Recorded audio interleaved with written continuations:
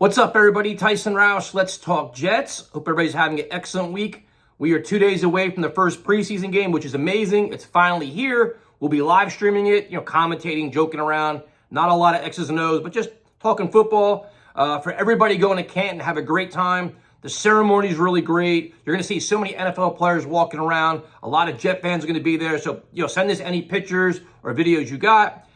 Today, Becton met with the media, and his approach and stance was a lot different than in the past, especially as opposed to things he tweeted, where he was like, you know what, I'll play left tackle or right tackle. I just want to play.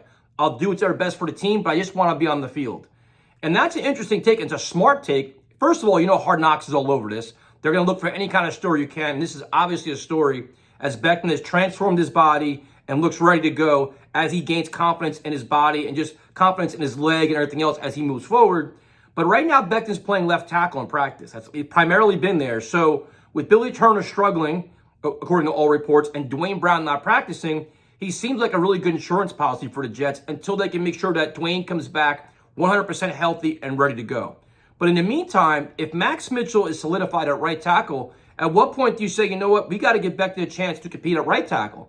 So Thursday night, he's going to play 20 to 25 snaps at left tackle, and you see what happens. But it seems like kind of a conundrum here for him because it seems like Brown, according to everything you read, the comments from Rodgers, the comments from Saleh, it seems like Brown is your starter at left tackle. If you have Mitchell, then at what point does Becton say, you know what, this is his contract year, man. He wants to show not only his team and his teammates he could play, he wants to show the rest of the NFL he could play at a high level because he wants that payday, man. And rightfully so. I get it. You put all this work in, even though you haven't played in 2 years, you lost all that weight down to 350.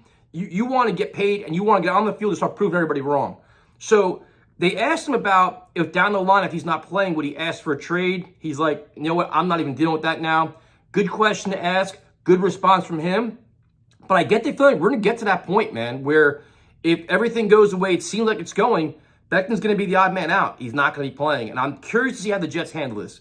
So I'm hoping, I'll keep saying it every friggin' video, I'm hoping Dwayne Brown gets back soon so you know what you have. And I'm curious to see at what point do they say, okay, let's let Becton try it. Let's see if we can do it right tackle once he's more comfortable in his body, which I give the Jets a lot of credit. They're taking things slow with him. This is only your first preseason game. You still got a whole nother month of camp. There's no need to rush it, but you want to solidify your starting five, and you want to let him know where he's going. You don't want him bouncing back and forth, left to right, similar to what happened to George Fant last year. The other big story is Jason Brownlee, undrafted free agent, wide receiver, with a huge one-handed catch that even Adam Schefter tweeted out. And the cool thing about Brownlee was, Garrett Wilson's been banged up. He should be back, end of this week, early next week. Corey Davis was sick. Randall Cobb was on PUP. So all these young guys have had a chance to maximize their opportunity, and Brownlee's done exactly that. 6'3", good speed, great athleticism. He's turning some heads. So now you look at, can he contribute in special teams, and then can he keep pushing guys? Because it could be a numbers game at wide receiver. Injuries always happen, and you can make a push not only to make the 53, but to actually get legitimate playing time, especially if he develops chemistry at Rodgers. So definitely keep an eye on that, and that's a kid that you're going to watch all throughout training camp. And another guy that Hard Knocks, especially making catches like today, is going to be all over too. That's going to be like your feel-good story. Can the undrafted guy make the team? And you're going to see fans are going to rally around him. I mean, last year I think it was it Calvin Jackson, I think the guy was.